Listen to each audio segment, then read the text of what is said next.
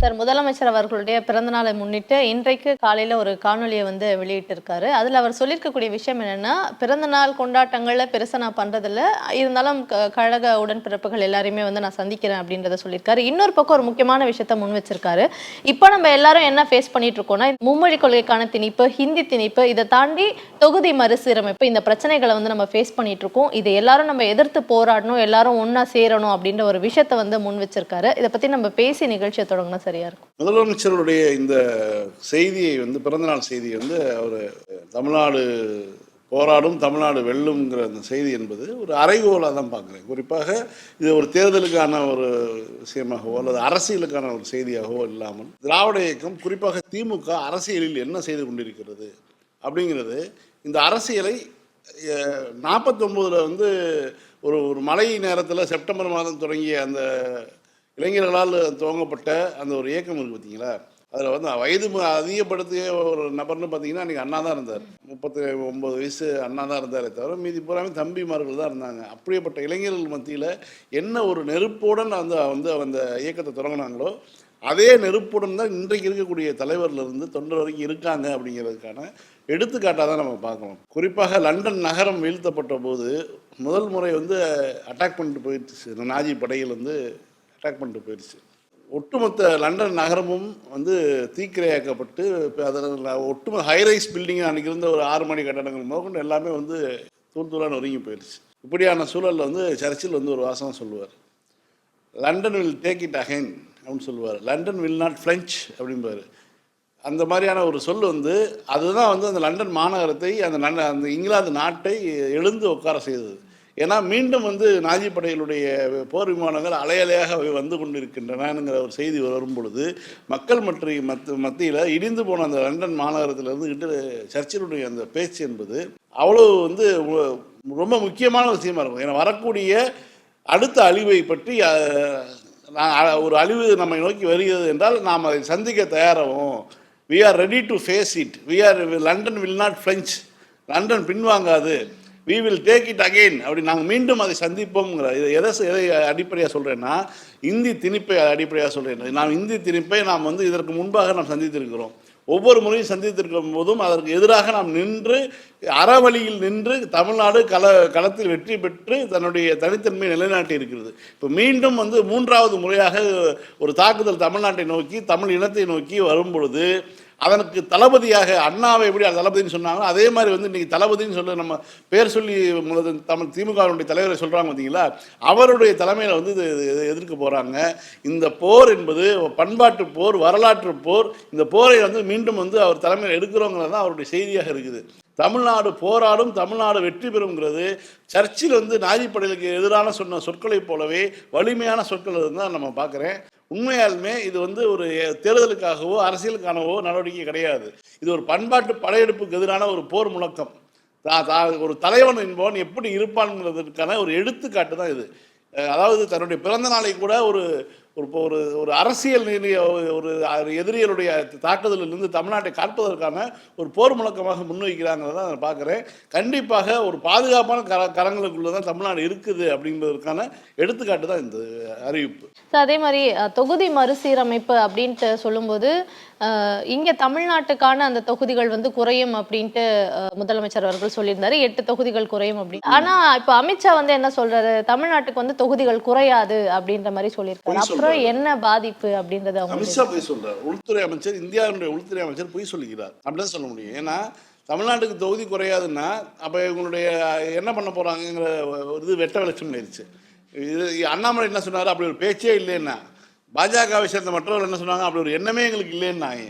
ஆனால் இப்போ அமித்ஷா என்ன சொல்கிறாரு, அப்படி வரும்பொழுது தமிழ்நாட்டுக்கு தொகுதி குறையாது அப்படின்னா இப்போ நீங்கள் என்ன இப்போ பிளானில் இருக்கீங்கன்னா, உங்களுடைய 2வது விஷயமாக முதலமைச்சர் சொன்னது இந்தியா முழுவதும் 843 தொகுதியாக மாற்றி அதில் நம்மளுடைய பங்கை 49ஆக உயர்த்தி நமக்கு கிடைக்க வேண்டிய 62% விழுக்காடு உயரணும், 7% கூட்டணும், இந்தியா முழுக்க 7% கூட்டணும் அப்படின்னா அதற்குரிய அளவில் கூட்டணும். ஆனால் நீங்கள் வடநாடுகளில் இருக்கக்கூடிய ஹிந்தி ஹாட்லேண்ட்னு சொல்லக்கூடிய பீமாரு ஸ்டேட்ஸ் எல்லாம் நீங்கள் பாஜக வெற்றி பெற வாய்ப்பு இல்லை. இதுவரை தொடர்ந்து 3 முறையும் 4 முறையும் அதிக முறை பாஜக வெற்றி பெற்ற மாநிலங்களில் மட்டும் ராஜஸ்தான்லாம் 25 தொகுதியை 50 தொகுதியாக மாற்றுறது, மேற்கு இதில் நம்ம உத்தரப்பிரதேசத்தில் 80 தொகுதி 170 மாற்றுறதுன்னு சொல்லி அப்போ தமிழ்நாட்டின் தென் மாநிலங்களுடைய எந்த தொடர்புமே இல்லாமல் கர்நாடகா, தெலுங்கானா, ஆந்திரா, தமிழ்நாடு, கேரளா இந்த மாநிலங்களுடைய எந்த பங்களிப்புமே இல்லாமல் அவர்கள் வந்து என்ன பண்ண போகிறாங்கன்னா அங்கே வெற்றி பெற்றால் மட்டும் போதும் அப்படிங்கிற ஒரு நிலையை வந்து ஏற்படுத்துகிறாங்க. இது வந்து மிக மோசமான நிலை. தென் மாநிலங்களுடைய குரலை நசுக்கக்கூடிய ஒரு வேலை. இந்த வேலையை தான் முதலமைச்சர் கண்டிச்சார். தமிழ்நாட்டுக்கு மட்டும் இல்ல, அது கேரளா, கர்நாடகா எல்லாத்தையும் நம்மை விட ரொம்ப மோசம் பாதிக்கப்பட போகிறவங்க கேரளாக்காரங்க தான். இதுதான் இப்ப இங்க குறையாதுன்னு சொல்றாங்க. 1.4 நம்மளுடைய விழுக்காடு அப்படின்னா மக்கள் தொகை பிறப்பு விகிதம்னா 1.2 தான். நம்ம விட மோசமாக பாதிப்புக்குள்ளாக போறது அவங்க தான். அதான் சார், இப்போ இங்க வந்து தொகுதிகள் குறையாது அப்படின்றாங்க, ஆனா அங்க வந்து அதிகரிக்கும் அப்படின்ற ஒரு விஷயத்தை பத்தி அவங்க வாயே வந்து திறக்க மாட்டேங்கிறாங்க. அதுதான் இப்ப அவர் முதலமைச்சருடைய அந்த அறிக்கையில ரொம்ப தெளிவா கேட்டிருப்பாரு. நீங்க வந்து இருக்கிற அளவுல நீங்க கூட்டினாலும் இப்ப 543 தொகுதியை வச்சு நீங்க அப்படியே கூட்டணும்.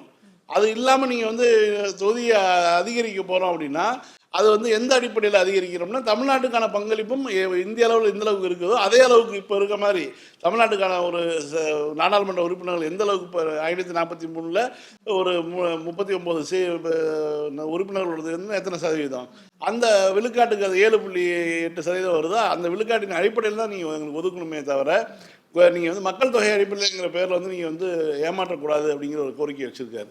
இது ரொம்ப முக்கியமான விஷயம். ஏன்னா நம்ம இத்தனை எம்பிக்கள் இருக்க போய் தான் பல விஷயங்களை வந்து மக்கள் பற்றி அம்பலப்படுத்துகிறோம். பல்வேறு சட்டங்களையும் திட்டங்களையும் இப்போ ஒன்று வக்பு வாரிய சட்டத்துக்கு எதிராக வந்து அவன் நினச்சிருந்தா அது ரொம்ப சுலபமாக வந்து கொண்டு வந்துருக்க முடியும். இவ்வளோ தூரம் வந்து அதை கூட்டுக்குழுவுக்கு அனுப்பி நாடு முழுவதும் வந்து போய் பேசி எல்லாம் செஞ்சதுக்கு அப்புறம் தான் அவனால் வந்து அடுத்த கட்டமே பண்ண முடியுது. இல்லாட்டினா வந்து எதோச்சதிகார போக்கா சர்வாதிகார போக்கா நினைச்ச மாத்திரத்தில் வந்து எல்லாத்தையும் சட்டத்தை மாற்றிட்டு போக முடியும். அங்கே ஒரு தடுப்பரணாக காவலரனாக நம்ம திமுக போன்ற கட்சிகள் அங்கே நிற்பதற்கான காரணம் என்னென்னா நம்மளுடைய பங்களிப்பு கொஞ்சம் கூடுதலாக இருக்கிறதுனால தான். நம்மளுடைய மக்கள், தமிழ்நாட்டு மக்கள் பாஜக எதிரான ஆட்களை தேர்ந்தெடுத்து, கொள்கை ரீதியான எதிரான ஆட்களை திமுக இடதுசாரிகளே இருந்து தேர்ந்தெடுத்து அனுப்புறதுனால தான் அவர்களுக்கு வந்து நம்ம வந்து ஒரு கடிவாளம் போல் அங்கே இருக்கிறோம். நம்ம இப்போ அந்த நிலையை அவங்க உடைக்கணும். நம்ம வந்து நம்மளை மதிக்கவே தேவையில்லாத ஒரு சூழலை கொண்டு வரணுங்கிறது அவங்களுடைய பிளானாக இருக்குது. அந்த பிளான் படி தான் அவங்க செயல்படுறாங்கிறது தான் உண்மை. சார், ஒரே நாடு ஒரே தேர்தல் திட்டத்தை கொண்டு வரணுன்றதுக்காக தான் இவ்வளோ பெரிய ட்ராமா நடக்குது அப்படின்னு எடுத்துக்கலாமா? இல்லை, இதில் ஒரே நாடு ஒரே தேர்தல் மட்டும் கிடையாது. ஒரே நாடு ஒரே மொழி வரைக்கும் வந்துட்டாங்க. இப்போ வந்து என்ன பண்ணுறாங்கன்னா இந்தியா முழுவதும் ஒரே மொழியாக ஹிந்தியை வந்து நீ கற்றுக்கணுங்கிறத. நான் 3வது மொழினா ஹிந்தியை சொல்லலைங்கிறாங்க. ஆனால் வந்து ஹிந்தியை தான் சொல்கிறாங்க. தமிழ்நாட்டில் 3வது மொழியாக தேர்ந்தெடுக்கக்கூடிய ஒரு சூழல் வந்தால் எதை தேர்ந்தெடுப்பாங்க? மலையாளத்தை கற்றுக்குவாங்க. மலையாளம் நமக்கு கேட்டாலே புரியுது. மலையாள படங்கள் இங்கே வந்து நேரடியாக வெற்றி படங்களாக மாறுது. தமிழ் படங்கள் அங்கே வந்து வெற்றி படங்களாக மாறுது. கன்னட படங்கள் வந்து ஒரு கிருஷ்ணகிரி மாவட்டத்துலேயும் தருமபுரி மாவட்டத்துலேயும் ரொம்ப நேரடியாகவே கன்னடத்தில் இதாகுது. அப்படியே இப்போ அந்த மக்கள் வந்து புரியக்கூடிய அளவில் தான் இருக்குது. ஸோ இந்த மாதிரியான அண்டை மொழியை வந்து யாரும் கற்றுக்க மாட்டாங்க.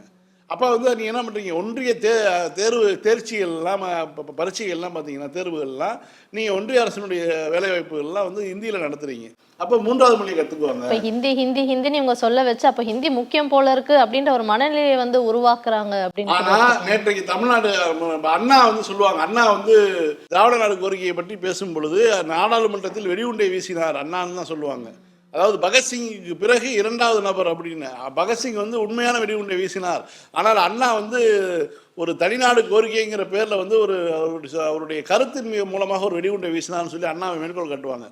அதற்கு ஈடான ஒரு விஷயம்தான் முதலமைச்சருடைய நேற்றைய சமூக வலைத்தள பதிவு. அந்த ட்வீட் வந்து இன்னைக்கு வந்து 9000 RT ஆயிடுச்சு. நீங்கள் தொடர்ந்து பார்த்தீங்கன்னா ராஷ்டிரிய ஜனதாதளம் லல்லு கட்சியினுடைய செய்தி தொடர்பாளர் அந்த அம்மா வந்து பூர்ணிமா பாரதியா, அந்த அம்மா வந்து ஆமோதிச்சிருக்காங்க. தன்னுடைய மொழி, என்னுடைய மொழி, பீகாரில் இருக்கக்கூடிய என்னுடைய மொழி அழிந்து விட்டதுன்னு சொல்லி அந்த அம்மா பேசியிருக்காங்க. ஒரு ராஷ்டிரிய ஜனதாதளம் கட்சி, பீகாரில் இருக்கக்கூடிய கட்சி, ஹிந்தி ஹார்ட்லேண்ட் சொல்லக்கூடிய ஒரு மாநிலத்தில் இருந்தது. அந்த மாநிலத்தினுடைய எதிர்கட்சி அடுத்த வரக்கூடிய தேர்தலில் ஆளுங்கட்சியாக மாறப்போகக்கூடிய ஒரு கட்சி. அந்த கட்சியினுடைய செய்தி தொடர்பாளர், அதிகாரப்பூர்வ செய்தி தொடர்பாளர் வெளிப்படையாக சொல்றாங்க, மு.க. ஸ்டாலின் அவர்களுடைய சொற்களில் ஒவ்வொரு சொற்களுடன் நான் உடன் நிற்கிறேன், என்னுடைய தாய்மொழியை நான் இழந்து நிற்கிறேன், இந்த மண்ணில் நான் இழந்து நிற்கிறேன் என்ற பேசுறதுக்கு ஆள் இல்லை. நேற்றைக்கு நாம சொன்ன ஒருத்தர் ஒரு மகாராஷ்டிராலேருந்து எழுதுறாருன்னு. இன்னைக்கு ஒரு கட்சியினுடைய செய்தி தொடர்பாளருங்க, ஒரு இந்தியாவில் அறிந்த ஒரு கட்சி அது. அப்படி ஒரு கட்சியினுடைய செய்தி தொடர்பாளர் வந்து வெளிப்படையாக சொல்றாங்க. இன்னைக்கு இது வந்து ஆழ பாய்ச்சிய ஒரு கத்தி. அது அதனுடைய விளைவுகள் இனிமேல் தான் தெரியும். சும்மா சொருகில் விஷம் தெரிய தான் குத்திருக்கோங்கிற மாதிரி தான் இப்போ இருக்கும். அதனுடைய விளைவுகளை தெரிஞ்சனால தான் பாஜக மட்டும் அதுக்கு ரியாக்ட் பண்ணுறாங்க. மற்றவர்கள் கூட அமைதியாக இருக்காங்க. இப்போ இந்தியா கூட்டணியில் இருக்கக்கூடிய மற்ற கட்சிகள் யாரும் விமர்சனம் பண்ணலை. ஏன்னா இது இந்தியா முழுவதும் பேசப்பட வேண்டிய விஷயம். இது ஒரு பேசு பொருளாக மாறுதா இல்லையா மட்டும் பாருங்கள். முதலமைச்சர் போட்டிருக்கக்கூடிய அந்த செய்தி என்பது இந்தியா முழுவதும் படித்த இளைஞர்களை, ஏதாவது ஒரு பட்டியலினத்தை சேர்ந்த பையன் வந்து இங்கே தமிழ்நாட்டில் வந்து மற்ற மாநிலங்களோட அதிகமாக படிக்கிறாங்க. பட்டியலினத்தை சேர்ந்தவர்கள் பழங்குடி மக்கள். ஆனால் அங்கே இருக்கக்கூடிய மக்கள் ரொம்ப குறைவாக படிக்கிறாங்க இல்லையா? அப்படி படிக்கக்கூடிய மக்களில் யாராவது ஒருத்தர் வந்து விழித்திட மாட்டானா? பிற்படுத்தப்பட்ட மக்களில் யாராவது ஒருத்தர் விழித்திட மாட்டானா? இந்த மொழியை தன்னுடைய மொழியை அழிந்து போன ஒரு விஷயத்தை வந்து தெரிந்து கொண்டவர்கள் இதை வைத்து வந்து அடுத்த அரசியலை வந்து முன்னெடுக்க மாட்டார்களாங்கிறது தான் நம்மளுடைய நோக்கம். அந்த ஆசை என்பது, நம்மளுடைய எண்ணம் என்பது இதனுடைய வரக்கூடிய ரிப்ளை பார்த்தாலே தெரியுது. இப்போ இங்கே ஒரே நாடு ஒரே தேர்தல், ஒரே நாடு ஒரே மொழி, எல்லாவற்றுக்கும் வந்து அதனுடைய வேரில் விழுந்த வெட்டு தான் வந்து நேற்றைக்கு முதலமைச்சருடைய செய்தி. சார், ஆனால் ஆளுநர் என்ன சொல்றாரு, இருமொழி கொள்கையை மட்டும் நீங்க வச்சுட்டு இருக்கதால இங்க வேலை வாய்ப்புகளை இளைஞர்கள் வந்து இழக்கிறாங்க. இதுவே மும்மொழி கொள்கையா இருந்தீங்கன்னா உங்களுக்கு நல்ல வேலை வாய்ப்பு வரும். நேற்று தாங்க ஒரு டேட்டா வந்துச்சு. அந்த ஆளு எனக்கு வந்து ஹிஸ் ஹைனஸ் அந்த ஆளு போதுமா? ஏன்னா அவர் ஹிஸ் ஹைனஸ் அந்த ஆளுன்னு சொல்ல முடியும். என்னங்க படிக்கிறாரா இல்லையா? நேற்றைக்கு ஒரு டேட்டா வந்திருக்குங்க. இந்தியாவில் வந்து வேலைவாய்ப்பு அதிகம் உள்ள மாநிலமாக தமிழ்நாடு இருக்குங்க.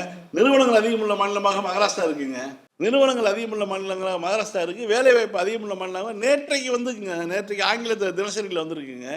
அவருக்கு எழுதி கொடுக்குறவனோ அல்லது அவர் செய்தித்தாள் படிக்கிறக்கூடிய பழக்கம் அவருக்கு இருக்கான்னு கூட தெரியல. அவர் ஏதாவது சரி சார், விட்டுருங்க சார்.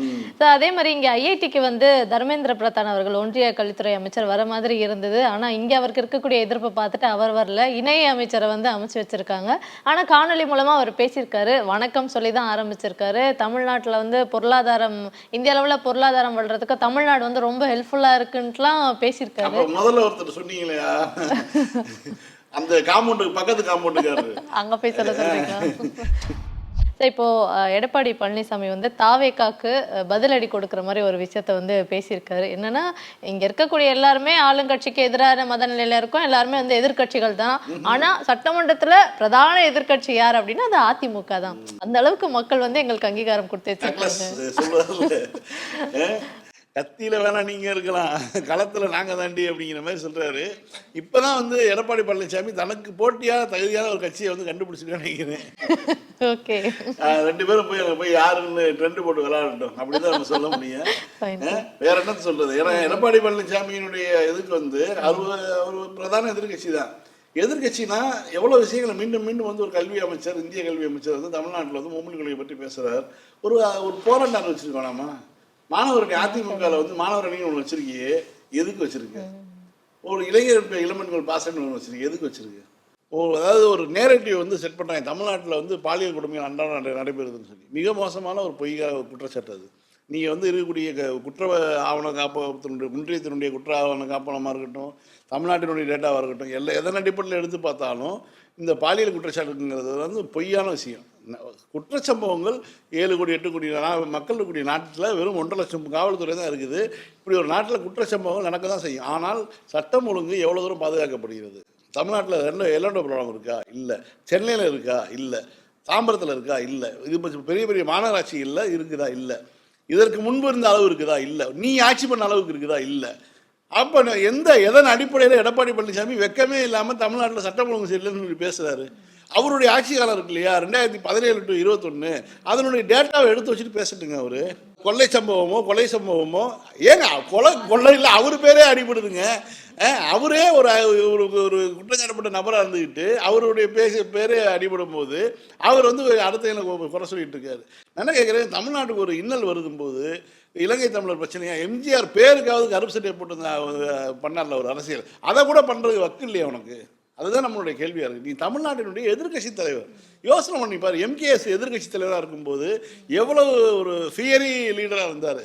எந்த அளவுக்கு வந்து ஒரு ஒரு கவர்னர் ஆய்வுக்கு போகிற விஷயமா இருக்கட்டும், மற்ற எல்லா வகையான போராட்டமாக இருக்கட்டும், ஒன்றிய அரசுக்கு எதிரான விஷயங்கள் வரும் பொழுது மாநில அரசுக்கு துணையாக நிற்போம்னு எத்தனை முறை அவர் பேசியிருக்காரு. நீங்கள் அதெல்லாம் விட்டுட்டு நீங்கள் வந்து இன்றைக்கும் வந்து நீங்கள் சேலத்தில் உட்காந்துக்கிட்டு அரசியல் பண்ணிட்டு இருந்தீங்கன்னா, அப்போ வந்து நீங்கள் விஜய் கூட தான் வந்து அவர் தேர்தலே சந்திக்காத ஒரு கட்சி கூட தான் நீங்கள் வந்து மல்லு கட்ட வேண்டியது இருக்குது. சார், எப்பவுமே நகை கடன் அப்படின்னும் பொழுது இந்த நடுத்தர குடும்பங்களுக்கு வந்து ரொம்ப பயனுள்ளதா இருக்கும். ஆனா இப்போ ரிசர்வ் பேங்க் வந்து ஒரு விஷயத்த சொல்லியிருக்காங்க. இப்போ நகை கடன் வாங்கிட்ட பிறகு ஒரு வருஷம் ஆகுது அப்படின்னும்போது சில பேர் கட்ட முடியாது. அந்த ஒரு வருஷத்துக்கான வட்டியை வந்து மட்டும் கட்டிட்டு அது ரெனிவல் மாதிரி பண்ணுவாங்க. ஆனா இனிமேல் வந்து அந்த மாதிரி கிடையாது. ஸோ ஒரு வருஷம் முடிஞ்சிருச்சுன்னா நகை ஃபுல்லுத்தையும் நீங்க மீட்டணும். அதுக்கப்புறம் அடுத்த நாளோ அதுக்கு அடுத்த நாளோ வச்சு தான் நீங்க வந்து திரும்ப பணத்தை வாங்கணும் அப்படின்னும் போது இது ஒரு பெரிய ஏமாற்றமா தானே இருக்கும். இல்லை, பொதுவாக இந்த மாதிரியான அரசு வங்கிகள், அரசு இந்த இந்த கவர்மெண்ட் எய்டட் எய்டட் வங்கிகள் எல்லாம் பார்த்தோம்னா நீங்கள் வந்து வட்டி விகிதம் குறைக்கப்படும். ரிசர்வ் வங்கி அறிவிப்பு தொடர்ந்து வட்டி விகிதம் குறைக்கப்படும். குறைக்கப்பட்டவுடனே என்ன பண்ணுவாங்க, ரிசர்வ் வங்கிகிட்ட இருப்பு நிறையா இருக்குது அப்படிங்கும்போது அந்த வங்கிகள்கிட்ட வந்து அவங்க கொடுப்பாங்க. வங்கிகள் வந்து மக்கள்கிட்ட வந்து இந்த மாதிரி பொருளாக வாங்கி கொண்டு பணத்தை பணப்புழக்கம் நாட்டில் அதிகரிக்கும். இந்த மாதிரியான ஒரு சூழலை வட்டியை குறைப்பாங்க. அப்போ வட்டி குறையும் பொழுது இவங்க நம்ம மக்கள் என்ன பண்ணுவாங்க, தனியார்கிட்ட வச்சுருக்கக்கூடிய அந்த நகையை எடுத்து, ஏன்னா வந்து இந்தியர்களை பொறுத்த வரைக்கும் நகை தான் வந்து எல்லாத்துக்கும் ஆதாரம்.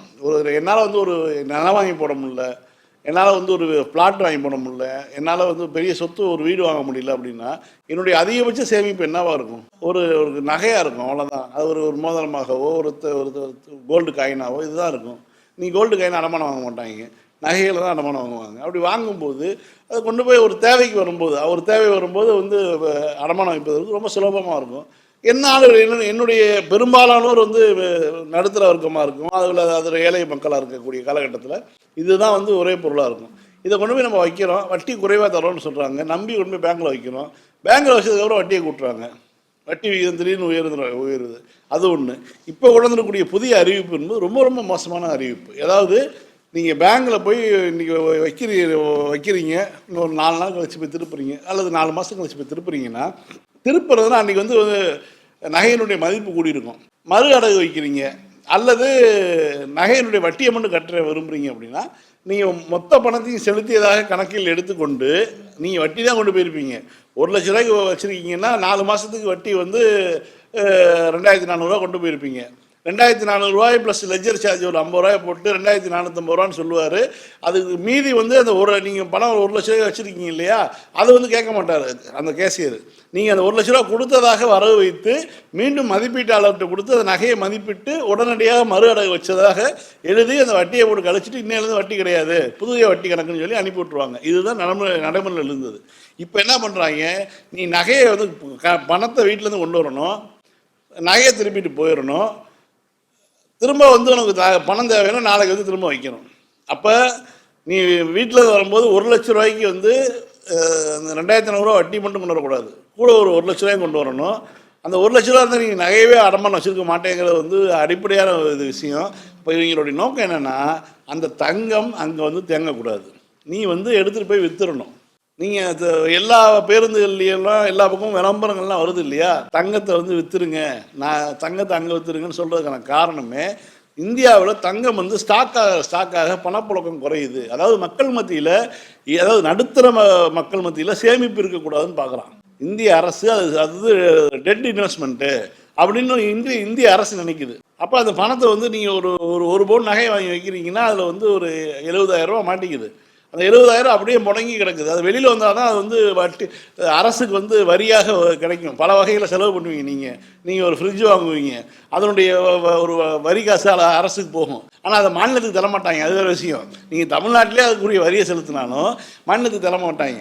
ஆனால் அந்த பணம் வந்து உங்கள் கையில் இருக்கக்கூடாது. ஏழை எளிய மக்களில் கையில் குண்டு மணி தங்கம் கூட இருக்கக்கூடாதுங்கிறது ஒன்றிய அரசுடைய நிலைப்பாடு. அதை தான் இப்போ இந்த ரிசர்வ் வங்கி பண்ணியிருக்கு. இந்த மாதிரி ஒரு திட்டங்களை கொண்டு வந்தால் என்ன பண்ணுவாங்கன்னா, நான் போய் நான் சொல்கிறது 1,00,000 சொல்கிறேன், ஒரு 50,000 ரூபா பணத்தை வந்து திரட்ட முடியாத ஒரு ஏழைகள் இருக்க தானே செய்வாங்க. என்ன பண்ணுவான், ஆளை கூட்டிகிட்டு போய் அங்கேயே விற்றுருவான். பேங்க்கில் இவ்வளோ மதிப்பு போட்டிருக்காங்கப்பா, இதுக்கு இவ்வளோ காசு கொடு, மேற்கொண்டு நகைக்கு வந்து ஒரு 20,000 கொடு நீயே வச்சுக்கணும்னு சொல்லி சேட்டு கூட்டிகிட்டு போய் வாங்கிட்டு பேங்க்லேயே வாங்கிட்டு போயிடுவார். அப்போ ஒட்டுமொத்தமாக முடிஞ்சு போச்சு அந்த சேமிப்பு. அந்த 50,000 சேமிப்பு முடிஞ்சு போச்சு. 20,000 கையில் வச்சுருக்க மாட்டான், ஒரு வாரத்தை செலவு பண்ணிடுவாங்க, ஏதோ ஒரு பொருளை வாங்கி போட்டு ஏதோ செலவு பண்ணிடுவாங்க, முடிஞ்சு போச்சு. இப்படியான ஒரு திட்டத்தை வந்து மக்கள் விரோத திட்டத்தை தான் வந்து இந்த நாடு, அதாவது பல ஆயிரக்கணக்கான ஆண்டுகளாக மக்கள் வந்து ஒரு பழக்கத்தை கடைபிடிக்கிறாங்க. அவங்களுடைய சேமிப்புங்கிறது இதுதான் சேமிப்புன்னு தான் வச்சுருக்காங்க. அதை வந்து உடைக்கணுங்கிறது தான் அவங்களுடைய பிளானு. ஆரம்பத்துலேருந்தே இதை பண்ணிகிட்டே இருந்தாங்க. பாஜக ஆட்சியில் வந்து பண்ணிகிட்டு இருந்தாங்க. இப்போ வந்து இந்த மாதிரி பண்ணால் வந்து இங்கே வந்து பேங்க்லேயே வைக்க மாட்டாங்க அப்படிங்கிற பிளான்ல வந்து இறங்கியிருக்காங்க. இப்போ ஒன்றிய அரசு சார்பா இன்னொரு விஷயமும் வந்து ஸ்டெப் எடுக்க போறாங்களா? இந்த மொத்த வரி வருவாயில வந்து 41% மாநில அரசுக்கு வந்து குடுத்துட்டு இருந்தாங்க. இப்போ மாநிலங்கள் குடுக்குற அந்த 41% இருந்து அத 40ஆ வந்து குறைக்க போறாங்க. ஸோ இது மூலமா ஒன்றிய அரசு கிட்ட தங்க போற அமௌண்ட் என்னன்னு பார்த்தோம்னா 36,000 கோடி வந்து அங்கேயே நிக்க போகுது. 26-27 நிதியாண்டுல இது வந்து கொண்டு வரலாமான்ற ஒரு டிஸ்கஷன்ல வந்து இருக்காங்களாம். ஏற்கனவே உருப்படியா எதையுமே வந்து கொடுக்கறது இல்ல. இப்போ அதுல வந்து குறைக்க வேற செஞ்சிருக்காங்க. இந்த மாதிரியான முடிவுகள்லாம் வந்து எதோச்சிதமாக எடுத்துட்டு இருக்காங்க. மாநிலங்களுடைய நிதியமைச்சர்களை வரவழைத்து நிதித்துறை செயலாளர்கள் கருத்து கேட்டு ஒரு மாநிலத்தினுடைய இந்த மாதிரி ஒரு முடிவு எடுக்கணும், கொள்கை முடிவு எடுக்கணும். அப்படிங்கும்போது இது எடுக்கணும். ஏன்னா நீங்கள் வந்து ஒன்றிய அரசுனா என்ன, பல மாநிலங்களுடைய இந்தியன் கவர்மெண்ட்னா என்ன, இந்தியாவுடைய ஸ்டேட்ஸோடைய ஒரு இத்தனை மாநிலங்களுடைய ஒரு அரசாக மாநிலங்களுடைய ஒப்புதலுடன் அந்த ஒரு அங்கீகாரம் கொடுக்குறோம். அதுதான் அந்த மாநில ஒன்றிய அரசுங்கிறது. இதை தாண்டி வந்து அந்த ஒன்றிய அரசுக்கான அதிகாரங்கள்ங்கிறது வந்து மிக மோசமான ஒரு விஷயம். நாம் திரும்ப திரும்ப கேட்குறது மாநில சுயாட்சி ஏன் கேட்குறோம்? மாநில சுயாட்சினா என்ன?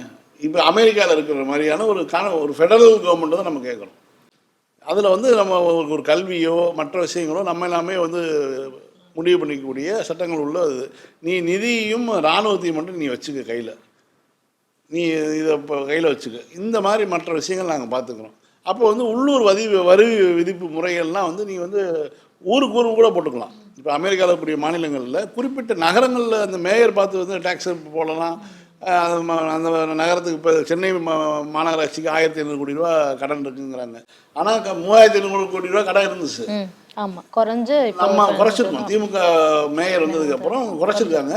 அதுதான் உண்மை. இது மாதிரி வந்து அப்போ இந்த 1,500 கோடி ரூபாய் கட்டுறதுக்கு என்ன பண்ணோம், சென்னை மாநகராட்சிக்குள்ளே வந்து தனி வரி அப்படின்னு கூட போட்டு கூட இது பண்ணுறதுக்கான ஒரு சுயாட்சி உரிமை வந்து அந்த மாநிலத்தில் இருக்குது, அந்த நாட்டில் அமெரிக்காவில் இருக்குது. நம்ம அது மாதிரி தான் கேட்குறோம். நம்ம சோவியத் ரஷ்யா மாதிரி கூட வந்து பிரிந்து போகக்கூடிய உரிமையுடன் கூடிய ஒரு மாநிலம்லாம் கூட கேட்கணும்.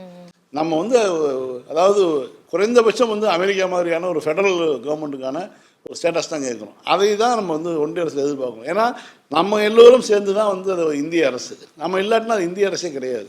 இப்படி இருக்கும்போது இது போன்ற முடிவுகள்லாம் வந்து யாரை கேட்டு இவங்க எடுக்கிறாங்கன்னு தெரியல.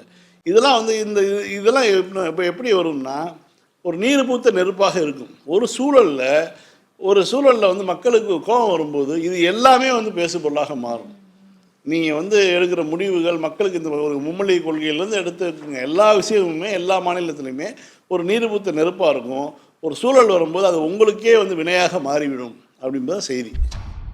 சார், இப்போ மோடியுடைய அந்த பட்டப்படிப்புக்கான சான்றிதழை வந்து உயர்நீதிமன்றம், டெல்லியுடைய உயர்நீதிமன்றத்துல டெல்லி பல்கலைக்கழகம் சப்மிட் பண்றோன்றாங்க. ஆனா மத்த யாருக்கிட்டையும் அதேதான் அந்த சர்டிபிகேட்டை வந்து அங்க சப்மிட் பண்றாங்களாம். ஆனா மத்த யாருக்கிட்டையும் நாங்க வந்து காட்ட மாட்டோம், அதை பத்தி பேச மாட்டோம், சொல்ல மாட்டோம். நான் கோர்ட்ல வந்து நாங்க சப்மிட் பண்ண தயாரா இருக்கோம்னா அப்படி என்ன சீக்ரெட் சார் அது? இல்லை, நான் என்ன சொல்றேன்னா மோடி படிக்கலைன்னா இப்போ பிரதமருக்கான கல்வி தகுதியெல்லாம் கிடையாது. கலைஞர் வந்து பட்டப்படிப்புலாம் படித்தவர் கிடையாது. ஆனால் கலைஞர் மாதிரியான ஒரு நிர்வாகியை பார்க்க முடியாது. பட்ஜெட்டை வந்து அவர் இப்போ முதலமைச்சராக அவர் வந்து நிதியை கையில் வச்சுருப்பார். நிதி பொறுப்பையும் கையில் வச்சுக்கிட்டு அந்த நிதியமைச்சர் வேலையும் பார்ப்பார். அப்புறம் தான் வந்து பேராசிரியரை கொடுத்தார். அந்த அளவுக்கு வந்து அவர் வந்து ஒரு மாநிலத்தினுடைய பட்ஜெட்டை போடுற அளவுக்கு திறமையானவர். கல்வியை வந்து கற்றவர்கள் எல்லாரும் வந்து இது கிடையாது. நம்ம வந்து அந்த கல்வியை வந்து முன்வைக்கவே கிடையாது. கல்வி கற்க வேணுங்கிற ஒரு விஷயம். என்ன சொல்கிறேன், நீ எதுக்கு பொய் சொல்கிற? அதுதான் நம்ம கேள்வி. நீ படிக்காம போ. கமலஹாசன் பொண்ணு வந்து 10 வருஷமா பிரதமராகவும் இருந்தாச்சு. இதுக்கப்புறம் நான் இங்க வந்து படிச்சிருக்கீங்களா என்னன்னு ப்ரூவ் பண்ண சொல்ல யாரும் கேட்கவும் இல்லைங்க. கமலஹாசன் படிக்கலைங்க. அவர் வந்து தான் படிக்கலைங்கிறத சொல்லிட்டு இன்னைக்கு வந்து வெளிப்படையா சொல்றாரு. ஏன்னா அது அவர் டாக்டர் பட்டம் வாங்கிட்டாருங்க. அவர் வந்து கமல் படங்களை வைத்து பிஹெச்டி பண்ணிட்டு இருக்காங்க. அந்த மாதிரி வந்து கலைஞருடைய அரசியல் வாழ்க்கையை பற்றி, கலைஞருடைய இலக்கிய வாழ்க்கையை பற்றி, கலைஞருடைய திரைப்பட வசனங்களை பற்றி பிஹெச்டி பண்ணியிருக்காங்க. இப்படியான விஷயங்கள்லாம் நடந்துட்டுருக்கு. இவங்களுடைய வாழ்க்கை அப்படி இருக்குது. கமலுடைய பொண்ணு வந்து 2வது பொண்ணு வந்து நான் வந்து ஃபெயிலாக போயிட்டேன் அப்படின்னு வெளிப்படையாக சொல்கிறாங்க. இந்த துணிச்சலை வந்து அந்த தந்தை வந்து மகளுக்கு கொடுக்குறாரு. பரவாயில்லம்மா, இது வந்து கல்வி தகுதி தான் தெரிச்சு தான் வந்து ஒரு வாழ்க்கையை முடிவு பண்ணாது, அதை தாண்டி எவ்வளவோ விஷயங்கள் உலகத்தில் இருக்குங்கிற விஷயத்த வந்து தன்னுடைய பிள்ளைக்கு வந்து அவர் சொல்லிக் கொடுத்துருக்காரு. இப்படியான விஷயங்கள்லாம் நம்ம மாநிலங்களில் இருக்குது. இதெல்லாம் நடக்கும்போது வெளிப்படையாக இதில் சொன்னால் என்ன, இப்போ இந்தியாவில் இருக்கக்கூடிய மோடி அமைச்சர்கள் இருக்கக்கூடிய அத்தனை பேரும் எல்லோரும் வந்து இப்போ எம்ஏ பிஹெச்டி எம்ஃபில் எல்லாம் முடிச்சவங்களா இருக்காங்க. அப்படி இருக்கும்போது உங்களுக்கு மட்டும் என்ன பிரச்சனை? ஒரு பொய்யை சொல்லிவிட்டு அதுவும் வந்து அது என்னென்னமெல்லாம் பண்ண போறீங்க. மோடியினுடைய பள்ளி தோழின்னு சொல்லி ஒரு அம்மா வச்சு எழுத விட்டாங்க. ஏன்னா அது ஒரே ஒரு இதோட சரி, அதுக்கப்புறம் அந்த அம்மா காணாம போயிடுச்சு. அதாவது ஒரு என்டையர் பொலிட்டிக்கல் சயின்ஸ்னே ஒரு கோர்ஸ் இந்தியாவினுடைய எந்த பல்கலைக்கழகத்துலேயும் எப்பயுமே உலகத்திலே கிடையாது. பொலிட்டிக்கல் சயின்ஸ்னு ஒன்று இருக்கும், அரசியல் பற்றியான ஒரு படிப்பு, அந்த பொலிட்டிக்கல் சயின்ஸு. என்டையர் பொலிட்டிக்கல் சயின்ஸ்னால் என்ன அர்த்தம்? அப்படி ஒன்றும் கிடையவே கிடையாதுங்கிறது விஷயம். ஆனால் ஒரு தடவை வந்து அமித்ஷா பொதுவெளியில் ஒரே ஒரு தடவை காட்டினார். அந்த காலத்தில் 10,000 காட்டினா மயக்கம் வந்துடுமா சொல்லுவாங்க. எங்கள் தாத்தா காலத்துலலாம் வந்து 10,000 இந்திய அரசு அச்சடிச்ச 10,000 இருந்தது. அதை வெளியில் எடுத்து காட்டினாலே இப்போ கிராமத்தை சேர்ந்த பெரியவர்களுக்கு வந்து மயக்கம் வந்துடுமா. 10,000 இந்த 10,000 எப்படி பார்க்குறதுங்கிறது தான் வந்து வாழ்நாள் நிச்சயமாக இருந்திருப்பாங்க. அது மாதிரி மோடி சர்டிஃபிகேட் எடுத்து காமிச்சார். அமித்ஷா ஒரே ஒரு தடவை காமிச்சிட்டு உள்ள வச்சிட்டாரு ஒரு ஜெராக்ஸ் பேப்பர். அதுக்கப்புறம் இப்போ கேட்டால் வந்து அவர்கிட்ட தான் காமிப்பேன், இவர்கிட்ட தான் காமிப்பேன்னா, இருந்தால் காட்டுங்க, இல்லாட்டினா இல்லைன்ட்டு போ. நீ தான் வந்து யாருன்னு எங்களுக்கு தெரியுமே, வெக்காமெல்லாம் ஒத்துட்டு போங்க தான் சொல்கிறோம். ஓகே சார், திரும்ப திங்கட்கிழமை இதே நிகழ்ச்சியில் சந்திப்போம். சொல்கிறோம். அதே நேரத்தில் முதலமைச்சருக்கு நம்மளுடைய வாழ்த்துக்களை நீண்ட நீண்ட நீண்ட நீண்ட நாட்கள் தமிழ்நாட்டை ஆண்டு இன்னும் பல புகழ்களை அவர் பெற வேண்டுங்கிற வந்து நம்மளுடைய விருப்பத்தை சொல்லி நிறைய செய்வோம். ஃபைன் சார், திரும்ப திங்கட்கிழமை இதே நிகழ்ச்சியில் சந்திக்கலாம். மீண்டும் திங்கள் இரவு 9:30 மணிக்கு அரசியல் பேட்டை நிகழ்ச்சியில் சந்திக்கலாம். நன்றி. நன்றி.